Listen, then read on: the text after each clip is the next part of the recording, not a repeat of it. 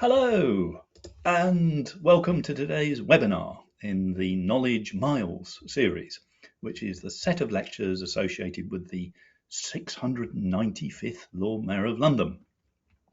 This series is meant to address the connections in and around the square mile, what the current Lord Mayor, Michael Magnelli, calls the world's coffee house, and how these might help us tackle future global challenges. And right on topic is today's lecture, which is entitled Green Shipping, Pioneering Sustainability in Global Maritime Transport. My name's Richard Harvey, and I'll be convening the session and moderating the Q&A. If you're curious about such things, I'm a professor of computer science at the University of East Anglia. I'm a former Gresham College professor, hence the connection with the City of London. So before we get started, a bit of housekeeping from me. And you can see our simple agenda up here. And the one thing I would like you to know is that there are plenty of time for questions. And if we don't have questions, then it's a less interesting session. So do that. You can type them in the question box, which you'll find usually in the top right of your app. The speaker today is Lucy Armstrong, who is chair of the Port of Tyne. And I think she's also representing the Worshipful Company of Shipwrights, one of London's livery companies. You can find her CV on the Gresham Society website, and I'll post the link to that in a moment as we start the chat.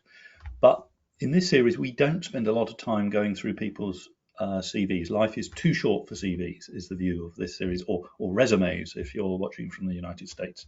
We prefer to take people as they come. So I'm going to do that and hand over to Lucy. Over to you. Thank you very much, Richard, and thank you for being invited to do this. It is an honour to represent the shipwrights, particularly as I am by no means a maritime specialist. As the chair of a port, I'm responsible for overseeing the governance and leadership of our organisation. And I don't come with a background in maritime. And that may be key to my talk today, because this is not an expert talk about a particular topic. It is an exploration of how we are experimenting and exploring in a collaborative way how to solve some of the challenges and opportunities that face not just our port, but the maritime world today as the globe decarbonises.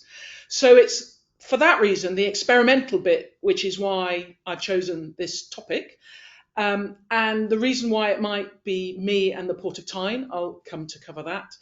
Why now is another area I'll try to explore, what we're trying to do, and how will we know if we've got there, if this experiment has been successful. So I think why this topic? This is really about the global drive to going to net zero.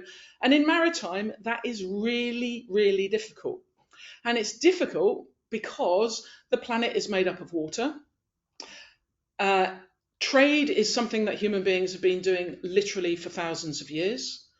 And a big chunk of what we do and what we eat, what we wear, what we use, what we sit on, what we build is all moved through the seas. And it's been going on so long. It's the oldest livery company, and that's possibly because shipping and trade is one of the oldest industries. And therefore, it's perhaps got used to how it does things. The tides come every day, the weather comes every day, the hours come every day. In many respects, shipping hasn't changed very much in thousands of years. But the drive to net zero will demand of us a lot of change. And therefore, I think this topic is crucial, and the exploration and experimentation in trying to do things differently is really important if this industry is going to help achieve carbon net zero. Why do I think the port is relevant for this? Well, the port's relevant because actually the port is sort of at the apex of the maritime industry, in that ports are the nodes where things come and go, and about 75% or so of the planet is water, as I said, and everything gets traded. So it has to come in and out of ports. And the Port of Tyne is small enough. We're about 300 people, we're about 50 million turnover, we're about 450 acres.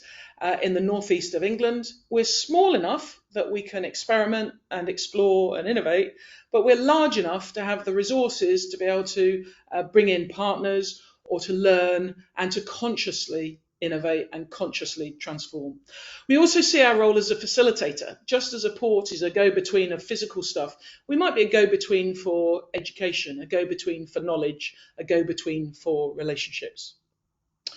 So if we could change to the next slide, in terms of why is this a relevant topic at the moment? About 80% of all trade in the world moves by ship at some point. Us Brits, it's a bit more for us because we're an island, so everything has to come or go by ship, bar the Channel Tunnel. If shipping was a country, it would be the 6th largest polluter in the world, ahead of Germany. It's about 3% of global emissions. That's really a lot. There is an International Maritime Organization mandate that by 2050, the whole of global maritime should have reduced its carbon footprint by about 50%.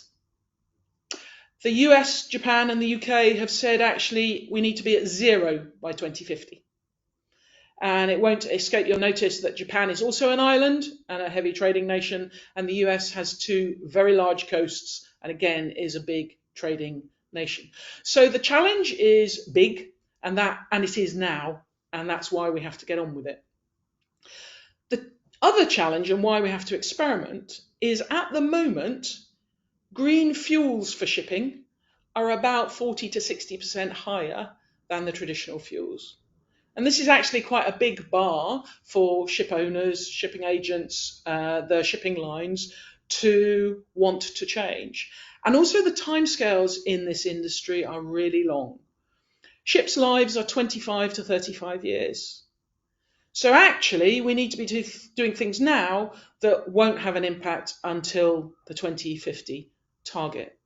That's why we do need to think and experiment now. So we've got a challenge out there, we've got objectives, we've got targets out there. We know it's going to take a long time and we don't know what the solutions are. So the important thing really is be prepared to be brave, be prepared to go first, be prepared to experiment, be prepared to learn. But you have to do that with other people because by definition, shipping and trade is a global operation. So what we've been looking at as the Port of Tyne is to bring partners together to explore how can we achieve this, essentially eat this elephant, which is the huge challenge of decarbonisation. How can we take a bite or 2 bites and then can we speed that up? Can we learn? Can we fail fast? And can we get better at it? And so part of what we've been trying to do is be the catalyst for that change with some thought leadership. We're trying to be the facilitator of bringing partnerships together to experiment and set the frames of reference, a collaborator in that, and then a monitor, as you would expect in any good science experiment. What were the results? What were the conclusions? What did you learn? And get that feedback loop working. So the experiment I'm going to talk about today is that of green corridors. Actually, I think the title is really quite helpful. It's pretty obvious, really. It's specific routes where we aim to go to 0 emissions as soon as possible. And that might be now. And think of different routes. You can do a circular route, start from A, go back to A. You can do A to B, or you can do A to multiple locations and so on. And of course, global shipping involves all of those 3 models. Each of those has different challenges because ships move from fixed points. If you've got one fixed point, you only need to do something to one port. Think about electricity supplies in a port. Think about fuel depots. Think about cargo handling equipment. Think about the nature of the docks. Think about the onward transport links. You could do all of those in one place. If you have an A to B, suddenly you're doubling that. And you're making it more complex. So the shipping, the clean Tyne shipping corridor that we're building between us and Rotterdam Anyone who lives in Europe and the UK knows that electricity supplies are different in Europe than they are in the UK. So instantly you have an issue. If you want to turn the engine of a ship off in the port of Tyne and plug it into the UK grid, you need a different kind of connection than if you want to turn your engine off and plug into the grid in Rotterdam. Multiply that around the globe and you can see that decarbonising maritime is actually a huge challenge. And it needs both public and private investment of time, energy, thought, and willingness to compromise. But we think the reason for experimenting is that you can accelerate the adoption. If we, and Rotterdam who are working on our corridor together, if we can learn, we can then share that learning with others and then they can be fast followers. And there is, whilst the Port of Tyne is commercial, there is no commercial disadvantage to us of going first or sharing knowledge when we get it. Because as a port, we want to enhance trade. And we want to do that in a carbon neutral and environmentally friendly way. So the reason for experimenting is we want to have a proof point. We want to build a case study, a model that can be adopted by others. And then you've got a rapid sort of roadmap or map for others to adopt, whether that's others in Europe or more broadly. So as I say, we are experimenting with something between Rotterdam and Tyne. And just another example is there's a trans-Pacific route, Rotterdam to Tyne, basically an overnight journey. There's a trans-Pacific green corridor being experimented between LA and Shanghai. That obviously is over much, much bigger distances, completely different maritime and weather conditions, completely different types of cargo, completely different kinds of ships. And again, that's another experiment that is being developed now. So in terms of some of the learnings we've had so far, there are a number of challenges around the Green Corridor. The first that might obviously strike people is, why on earth can't you change the fuel that ships use? Well, there's some challenges here. It's a bit like Betamax versus VHS for those of us who are old enough to remember videos. You might have a brilliant technical solution, but if it's not readily adopted, it won't become the global standard. And again, because trade is about movement, whatever fuel's adopted pretty much has to be adopted globally. If we think of cars at the moment, some cars are diesel, some are petrol, and now we're emerging with electric, but hydrogen is fast on their heels. It's easy to build petrol stations with both diesel and petrol because they have separate tanks. Imagine the size of tanks that we have in ports for fuel. Is there something we can learn from aviation? Aviation is adopting lots of synthetic fuels which mimic that of the traditional oil-based ones, and there hasn't needed so far, it seems, to be much change to the engines. But again, you have to ask yourselves the question, if you change the fuel, are you changing all the engineering around the engines? Ships have a life of 30 odd years. In what way can you do that transition of fuel type when you've got a fleet that's over 30 years old? So these are difficult problems to solve. It looks as if with shipping, ammonia might be an outcome or hydrogen might be an outcome. You then have all kinds of regulatory and framework issues. Trade is all about global and international relations. Ammonia, as I'm sure a number of chemists are aware, is actually explosive. So if you have a ship that's fueled by ammonia sitting off a harbour, effectively you've got a bomb sitting off the coast. If that ship comes from a nation that is considered an adversary, that could be considered a national security threat. Change fuel type and you change the insurance profile, and this is where it becomes highly relevant for the City of London. You change the insurance profile of shipping. You probably change the funding profile, change the engineering basis for ships, and you change the financial model for shipbuilding and for ship operations, as indeed you do around the cost of fuel, cost of routes, and so on. So already you can see that this is an incredibly complex issue. This is just the ship bit. Then we come to port, and you need to unplug or switch off your engine and plug in. I mentioned earlier. Just as a domestic traveller during the holiday season, remembering your adapter when you go to the US or you go to Asia or you go to Europe from the UK, you have 3 adapters. Can't really imagine it being that easy for a ship to have a range of different adapters. And then you need consistent shore-based power. To give you a guide, in the Port of Tyne at the moment, we roughly are equivalent to 7,000 domestic houses worth of electricity is what we use at the moment. For us to be carbon neutral, just as the port, not the ships coming into us, just as the port, we would need to have 70,000 homes worth of electricity. So the impact on national grids in each country is going to be vast. So we've got fuel supply. We've got vessels. Do we retrofit? Do we have to re-engineer brand new ones? Does that change the investment profile? Does that change the risk profile? Does that change the security and regulation environment in which these ships operate? And then you have particular cargo demands. It may sound unusual, but actually a loose cargo like wood pellet or wheat sloshing around in the bottom of a ship makes the ship behave in a completely different way from neatly stacked steel containers. And the oceans of the world all have different behaviours too, and the weather has a huge impact. So actually, who's going to pay for all of these changes, and what will these changes in fuel or vessel type have on the impact of cargoes and the amount of cargo, the safety of the cargo, the ability to move it? All of these are unknowns.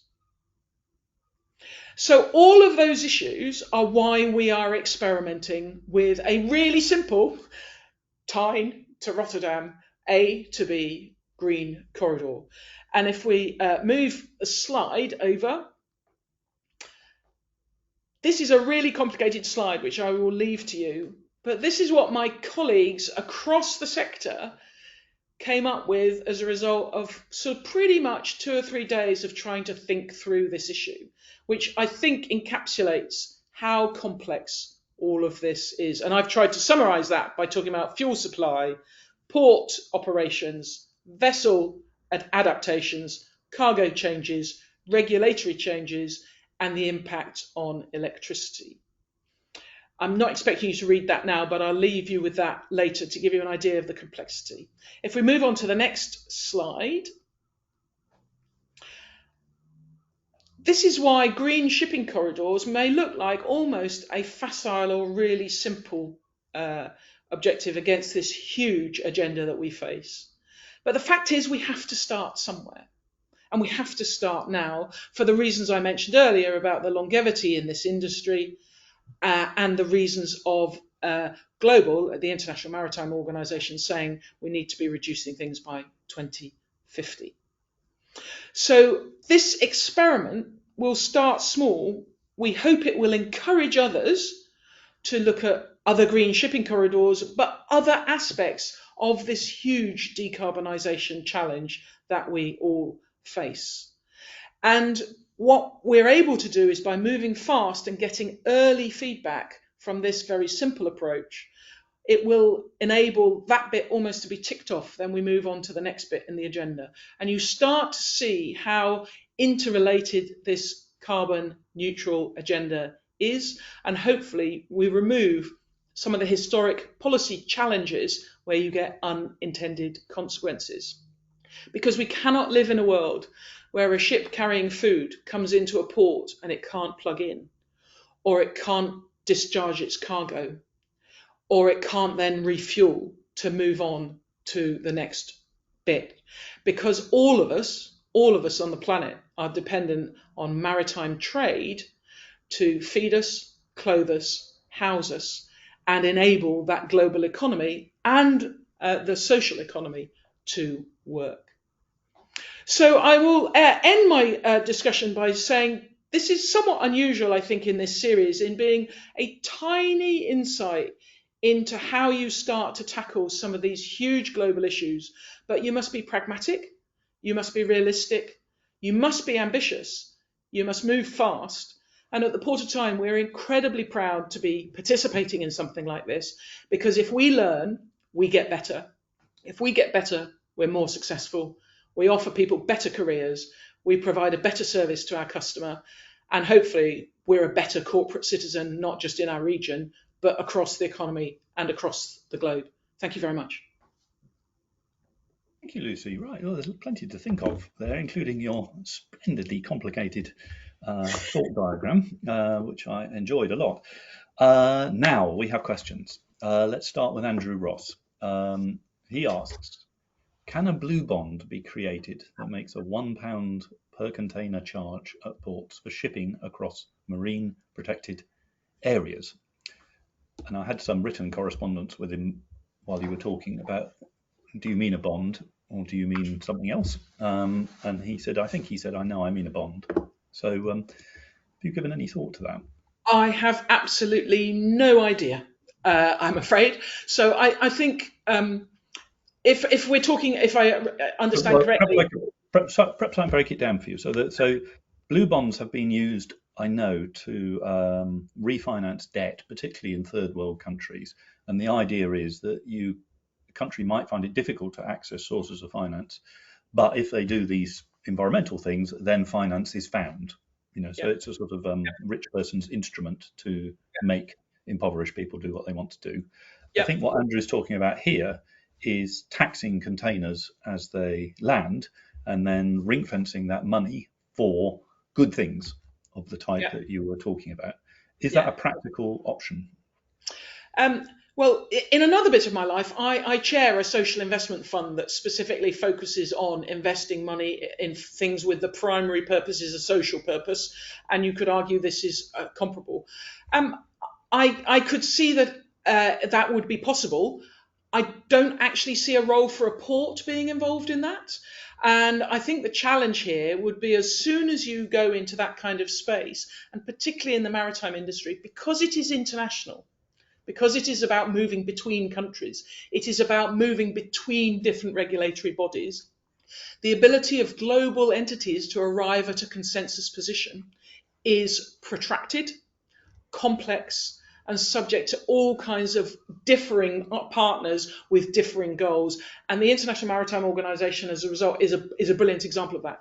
So in theory, yes, the practical ability to put it in place in a global setting, I think, would be where the real challenge is. And actually, that speaks back to the thrust of my talk, which is the scale of the challenge internationally is so huge, you have to start with something very small, probably very local, rather than starting at a global level. You probably have to do bottom up rather than top down. Interesting. Yeah. I mean, I guess the port structure in this country is quite complicated anyway, isn't it? There are trust ports, commercial ports, and I think there are local authority ports, aren't there? There are, and trust ports, of which the Port of Tyne is one, are also commercial, as in we are required to fund ourselves and be profitable. So yeah, there's a very complex structure in the UK. Other countries have different structures again. And then another peculiar factor, which I'm sure the questioners are aware of, but in the North Sea at least, it's not uncommon for shipping agents to ship to, say, the Netherlands a British cargo and then transship it in smaller containers or smaller things across to the UK, which is not particularly efficient. But that sort of game will be played if there's a tax, no doubt. Absolutely. The vast majority of goods that are delivered to the UK arrive in the southeast in some way, shape or form, despite some of the deepest ports being up the east and west coasts. Indeed, when the UK government looked at its strategy Maritime 2050, of which I was part of setting that up, one of the ideas was a second channel tunnel to move more trade again through a tunnel. The UK economy massively overheated in the southeast, lots of empty space elsewhere. So yeah, and history plays a part in how people think about these things. But this is a very complicated industry. Breaking up cargoes across ships, across ports, really common, really normal. Yeah. Okay, Derek Scott reminds us really that, well, he says cruise ships, but he says, I'll read you the question, but some cruise ships use a mixture of very low sulfur fuel oil and marine gas oil. As they approach port of calls and sail through emission control areas, they use marine gas oil, which gives cleaner combustion. Outside those areas, they use the dirtier fuel. Both fuels are currently below the existing global sulfur limit, he says. And then he says, does the port of Tyne have special emission control areas? So he's making a sort of more general point, I think, in his final point would be, before we get to hydrogen or electric, do you monitor oil use? So we're responsible for monitoring our use rather than the ship's use. Again, remember that when a ship comes into a port, it remains in international waters. It doesn't come into the UK. We have to receive permission to take a cargo off, put a cargo on. The ship is not our responsibility, and we have no rights over the ship. So different ships will do different things. Different ship owners will do different things. I would also flag, again, the challenge here is a global one. I've been very privileged recently to go to Antarctica. You can see global change in Antarctica. There are no human beings there affecting the climate there in Antarctica, or very, very few of them. Very few of them indeed. But we, in what we do every day, are affecting Antarctica. So again, I think the challenge here is, if you might have some localized regulations in one bit of the world, but you could have unintended consequences in another bit of the world, or you could change and alter the risks and opportunities for trade and radically change some economic outputs as a result of some localized decision making. That isn't to say you shouldn't look at it or think about it, but there will be unintended consequences. But to your point about ports, we are not responsible for what a ship does or doesn't do. Don't get me wrong, there are regulations about whether they're seaworthy, and we will liaise with the regulators about that. Obviously we will. If we think a ship is dangerous, we can arrest it, but then we hand over to other authorities. So I don't want to overblow the port's power in this kind of situation. It is very, very limited. We see the solutions to these not being regulation, a bit like seatbelts. A lot of the changes in car safety came from changing public perception and changing the public dialogue about what we wanted in road safety. And then manufacturers started to put things into cars that made them safer.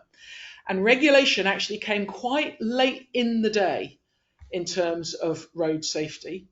And I would suggest that model is much, much more likely to be long-term cultural change and long-term achievement of carbon neutrality for the global maritime industry, rather than starting at the regulatory end.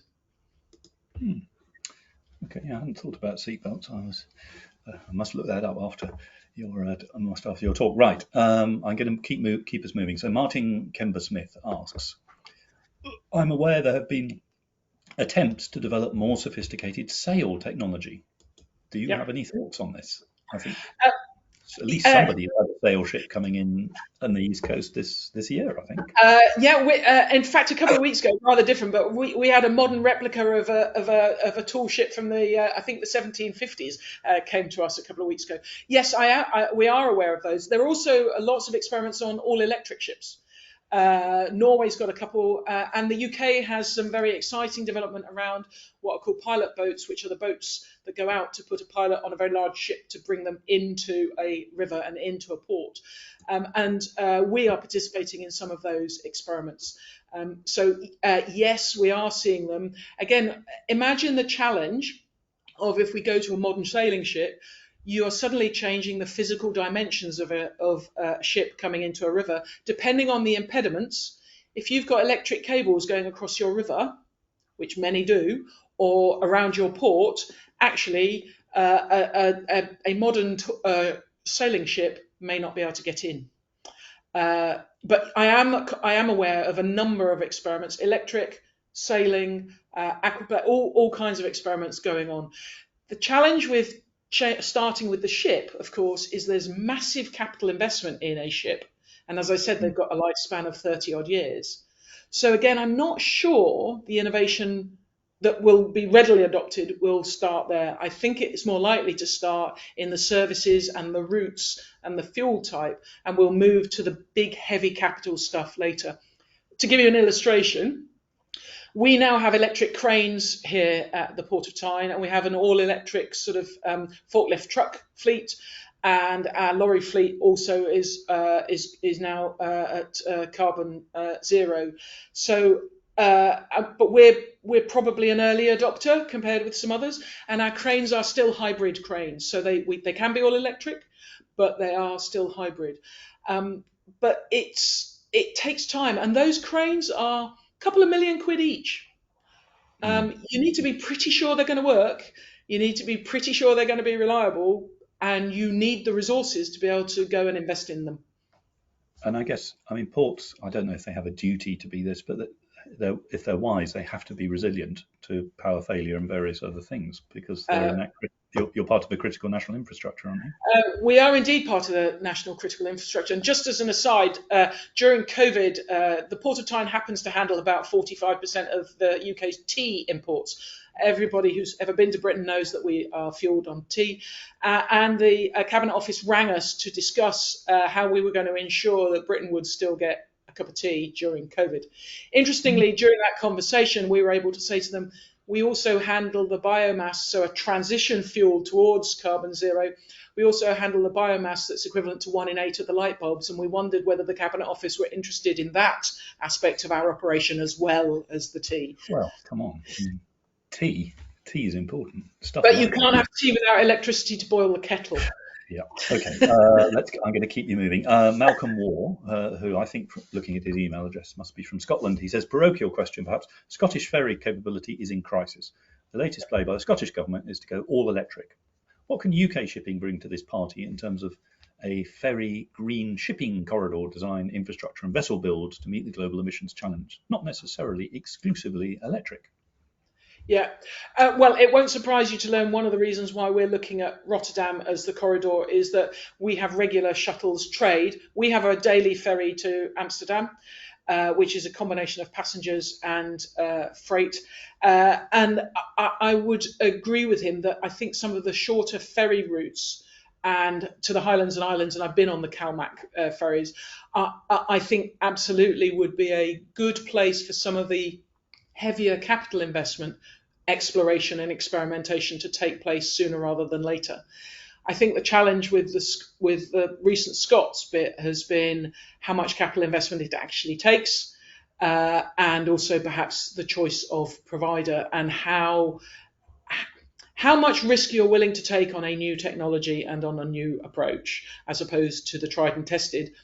And when you're dealing with a kind of ferry service that's to the Highland and Islands, that isn't a holiday option. That's a lifeline for people. That's how they remain in contact with the rest of society. So you have to balance all these social and political considerations alongside the trade ones and alongside the investment ones. So, Lucy, one of the things about ferries, of course, is that pretty much all the time they're going to the same place. So you don't have this compatibility with the port problem, do you? And do you think the shipping industry has to be like that? I mean, what if we had ships that only went from Singapore to the Port of Tyne? That was what they did. Is that viable? Well, hence why looking at green corridors is, and as I said, there's the A to A, there's the A to B, or there's the A to multiple. And I think we may see a much more of a shift, A to B, B to A. We may well, but that will change the economic dynamics of global trade. Those complex supply chains into everything. We have Nissan nearby here, and we serve them, both products coming in and the finished product going out. They would have to radically rethink their global supply chain, as indeed people are at the moment as a result of all of the conflict in the Middle East. They're having to radically rethink their supply chains. That will have an economic and social consequence across the globe if those supply chains have to be completely and radically rethought, replanned and re-executed. Right, I understand. So Eamon Mullally says, what's the point of providing electricity to ships at ports when marine fuel is so much cheaper? That's precisely it. As I said, alternatives are 40 to 60%, but the idea is that you would have far fewer exhausts and far fewer emissions if they're able to switch off. They have to stay on in some way because the crew stay on board, they've got activities going on board, they've got to keep their bilges working, etc., etc. Electricity, if they could switch the engine off and switch to electricity, zero emissions. If it's renewable electricity in the first place, zero emissions. Massive change to that 3%. If we could just move that 3% to 1% of global emissions, that would be a huge change. That's why we want to be able to switch ships to electricity when they come into port. And Lewis Evans asks, what alternative fuel is currently emerging as the strongest priority in the clean Tyne shipping corridor? And when do you expect the project to be complete? We don't have an emerging preference at the moment. We don't know. It's still early days, and that's because there aren't too many ships out there operating on ammonia or hydrogen yet, so we don't have one yet. We're starting very much with the ability to switch an engine off when it's in port and make it carbon zero in port rather than during the journey. Part of that, of course, if you can make the pilot boat electric, so you can get them out to the sea without using their engine, that might change, or at least you can get the pilot to the ship in that way. So we're starting at the port and moving out. I think the last bit that will be done will be changing the ship when it's on the high seas and the engine that's used when it's actually on the high seas. I think that will be the last link in the chain. In terms of when will it be done, it's ongoing. We see this as an experiment that's constantly iterating, so it's not a project that's got a start and a finish. But it is relatively recent that we've got going with it in terms of the last sort of 12 months or so. And they don't. The questioners can't see each other's questions, I think. But it turns out that two people are sort of going to have a bit of a go at you. So I'm going to sort of summarise them together. So the first one is from Andrew Ross, who says, "Well, look, come on, Tyne charges a port fee. Just add a quid, and then that can go to pay to these problems that you're referring to in Antarctica." So he's sort of seeing ports as potential taxable gateways, I think. And then Eamon Mullally has come back and said, well, to say ports aren't responsible for ships' emissions is madness. You know, there's a need for emergency regulation, and road safety compliance only came with regulation. So I think they're both sort of saying, although we are accepting that shipping might be the responsible party for a lot of these emissions, ports, like airports, have a potential to raise cash or to force regulation as the ships come into port. Is that, I mean, and obviously from your position, that might be an unpleasant thing to contemplate, because who wants to be a proxy for the taxman or the regulator? Yep. So I agree with them on one level, which is precisely why the Port of Tyne is engaging in all of this and wants to collaborate and wants to facilitate and what is doing things like this to say this is a challenge that we all face. But the idea that you can say they're responsible for it or they must tax it, it's much more complicated than that. So let's say, for example, the Port of Tyne changes its river charges. And by the way, that would probably take some additional regulation for us to be able to add something that's about global rather than simply about the River Tyne. But we've got environmental requirements around the Tyne in an event. But let's say we did it. We then become uneconomic compared with Forth ports or Dover or Felixstowe. So then they'll go, well, the whole UK does it. Okay, the whole UK does it. Right, fine. So then everything goes to Rotterdam. So then you say, right, all of Europe does it. Okay, so then nothing, it's suddenly the economic position of the European consumer is adversely affected compared with their Asian or American counterparts. The same for a manufacturer that's exporting as well as for a consumer that's importing.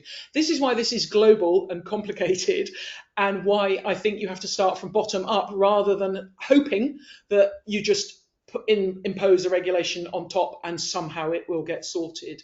And when attempts have been done to do that, it hasn't worked. Look at how long it takes for International Maritime Organization shifts in. I've been involved in changing the regulations and the style in which cadet officers are trained in the merchant marine. That takes decades to get global approval. We haven't got decades. We can't wait for the regulators. So you've got to be much more collaborative, much more innovative, and much more willing to see that this is a common challenge and a common problem to be solved communally, rather than the idea that somehow regulation or government or an authority can impose. Interesting. Such an interesting conversation. Yeah, right, there's too many questions. There always is too many questions, isn't there? So Anthony Granger talks about Solnox or Eliminox, neither of which I know about, which is a shipping fuel additive that reduces emissions and doesn't have any capex outlay. Now, he doesn't have a question. I think he's either just enlightening us or He's bigging enlightening up, me. bigging up this additive. So we'll make a note of that. So it's like pure blue in the diesel. I think it must be. Yeah. Yeah, yeah. But he does have a question, later question. Do ports work with carbon credits and carbon offsets to reduce your carbon footprint? Must do. We don't here at the port at the moment, but it is a topic of lively discussion amongst ports in terms of do you then go and look at a piece of land somewhere else and use it for another purpose. At the moment here at the Port of Tyne, we're busy, putting solar panels in, putting mobile solar in, putting wind in. There's lots to go at without looking at credits or so on. I think we would look at those almost as a last choice because they are a substitute rather than a change in the way you actually behave. But it's on the list. But I think for us it would be a low down on our priority list. Yeah, it's quite a difficult area, offsetting. Again, really fraught. I actually chair another organisation that's an agricultural organisation, and my goodness, that's complicated too, really complicated. And again, you're talking about decades and decades of planning time. And we're almost at the end, Lucy, but let me take a final question from me. So when Musk did his Tesla car, my understanding is he realized this chicken and egg problem that was referred to on your cartoon was a problem. So he just built charging stations, so there's a manufacturer who's taken charge of the whole supply chain. Has that happened in the marine industry? It's a question asked for ignorance. Are there shipbuilders who own ports and vice versa? A little bit, but not very much. It's quite fragmented. So there's a small number of global ship owners. There's a small, ports are often sovereign in some way, shape or form. So it isn't integrated. And again, that's one of the challenges. Who is going to be the ringmaster to bring all the interested parties together? Because nobody really holds that role. And that's why, certainly at the Port of Tyne, we've chosen to be, in a small way, in a way that we think we can add value, that kind of facilitator and a collaborator.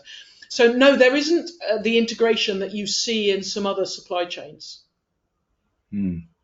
Interesting. Yeah. So we may yet see that. We may see a sort of capital shakeout. And if these pressures become very financial, I think you might integration. I think you might see integration, but the scale of investment, because of the capital investment, will be vast. And so I think it will be very, very long term before it gets to that point. But, it would have to be sovereign that did it. We say vast, but the City of London financed, a new underground line out of its small change, basically. And shipping is not that expensive, is it, compared to an underground line? Is it? I go back to 80% of everything that's made is moved by sea at some point, globally. It is huge, absolutely huge. Right, well, I'll take that as a learning point. Right, my friend, time has fallen upon us as it often does. So we haven't got time for any more questions, I'm afraid, ladies and gents, but we did get through the vast majority of them. For those of you who are into these series, look at this splendid wackiness of these lectures that are coming up, and some of them look crazy and wildly interesting. Who cannot resist a lecture on playing cards? So that's the first thing to say. The second thing to say is thank you. Thank you to the audience for your interest and engagement, and thank you very much, Lucy, for your time and thought-provoking lecture, which I certainly appreciated a lot. Our lectures are recorded and posted on the YouTube channel, so if you want to revisit them, then we would hope that you're able to do that. If you don't want to revisit, then do come into the new lectures that are listed here on the slide before you. If you enjoy this sort of thing, you might also enjoy the lectures from Gresham College, which is a free lecture resource paid for by the will of Sir Thomas Gresham. And that also has a very impressive YouTube channel. But I would say that because I'm on that.